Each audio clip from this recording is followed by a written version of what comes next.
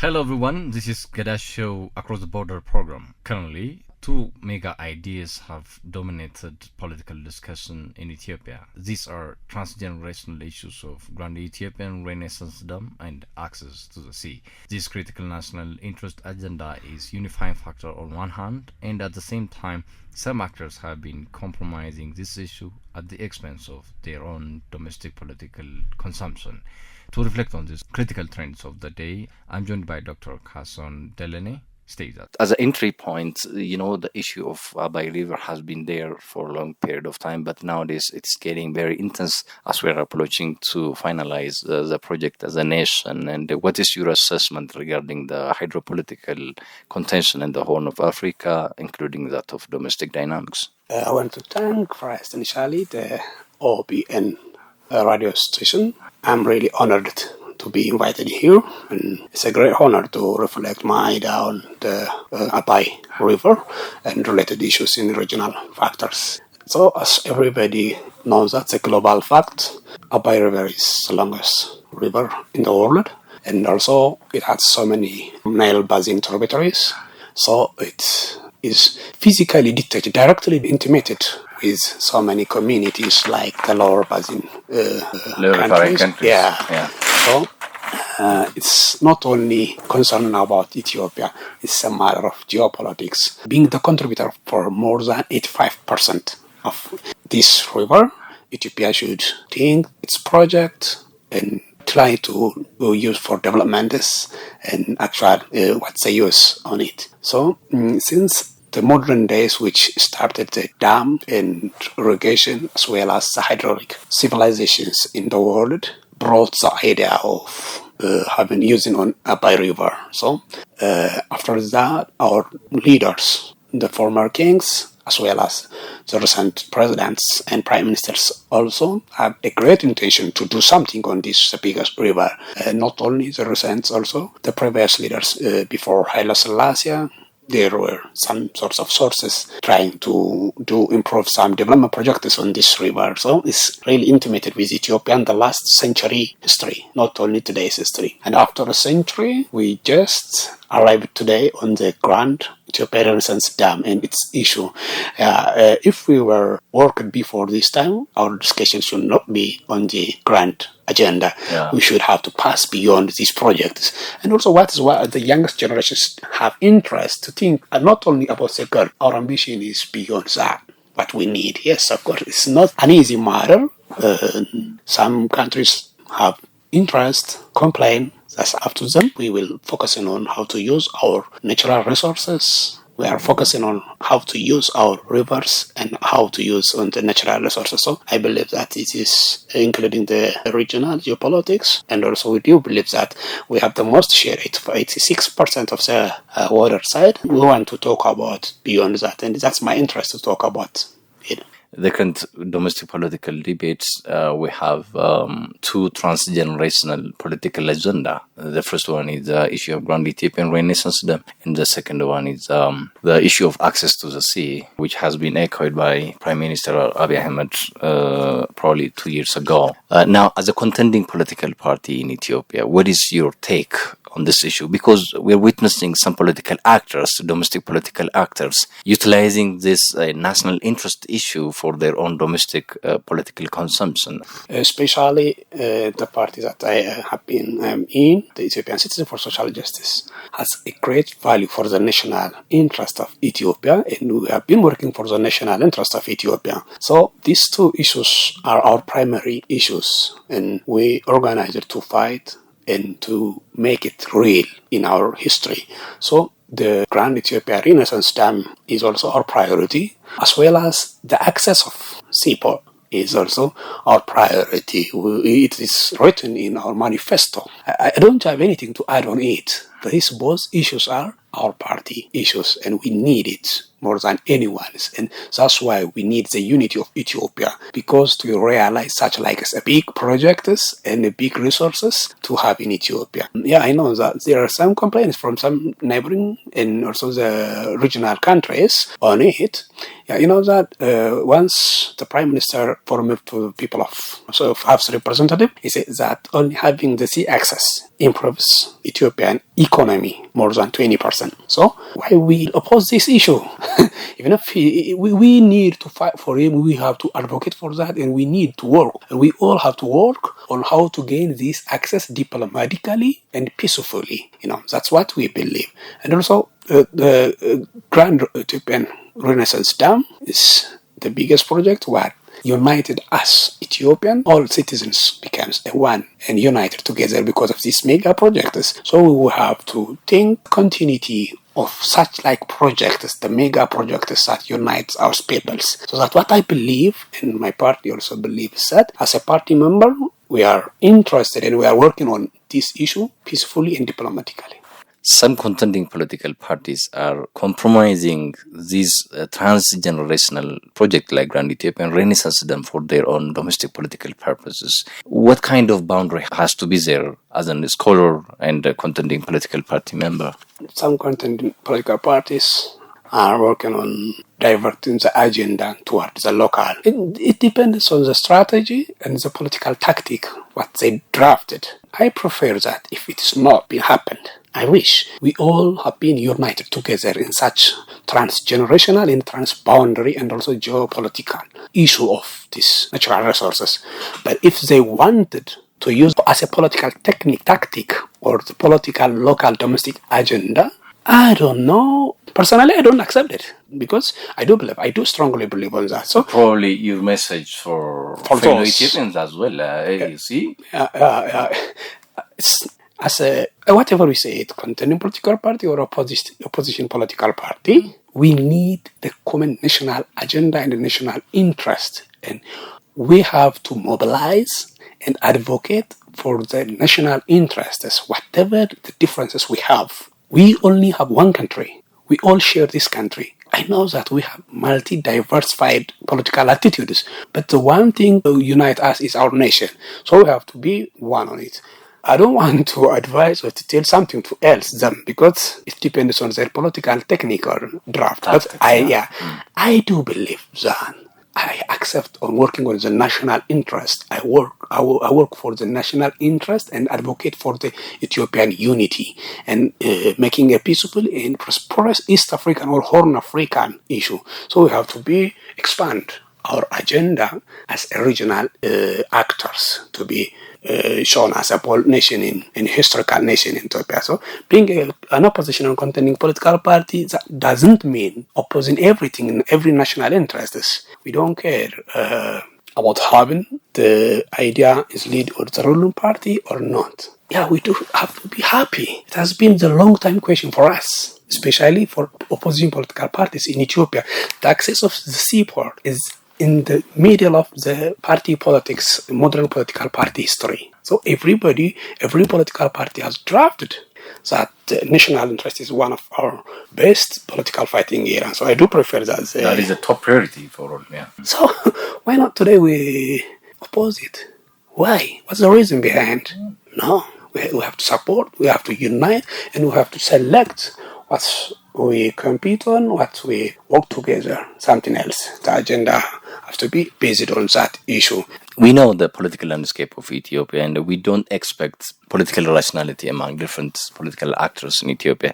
Let's talk about its mitigation strategy. How can the Ethiopian government and Ethiopian political actors mitigate the likely conflict that may come via this access to the sea at the same time on their issue? To mitigate or on the conflict, on the questions of national interest, first, I expect having a desk and making a dialogue and setting up the national interest and the national priorities. I hope I'm positive that this national dialogue will come over with these solutions, and also based on the national dialogue, then the next will be making the reconciliation. So having two these projects will unite us, and then after we will draft the national agendas and the national interest, not only for our generation, for beyond our generations, for coming future generations. We have to set this as the modern day politicians. We've been talking about the domestic political actors with regard to the key national issue, national interest of Ethiopia. What is your assessment regarding involvement of external parties on this Grand Ethiopian Renaissance Dam? It's very tough because, in my expectation, the Gerd or Grand Ethiopian Renaissance Dam is already actually completed. So they are frightened for the next project. I think that's my expectation. I'm not worried about this completed dam. The intention was about the future projects. And I do believe that all Ethiopians will come up with a new project, which is more than the Grand Ethiopian Renaissance dams. So the external parties or the external, nations are worried about that. So our unity, if we become united and as one and peaceful, we all plan to do the next GERD projects, and whatever it is, more than there will be subsequent developmental projects. That's it. That's frightened them, and so they are running here and there. They are trying to create a new diplomatic ties and also to swim in the oldest diplomatic networks. Whatever they do, but we need to focus on our completion, and we completed it. So now, as Ethiopian, let's come together, discuss together, and draft together what we need for the next coming projects, mega projects. That's what I believe in. And nations, this is our sovereign right. This is our sovereign right. Nobody have to decide on what we work, what we project, what we will draft. So they have to leave us. It's the domestic material and domestic interest, not international issue.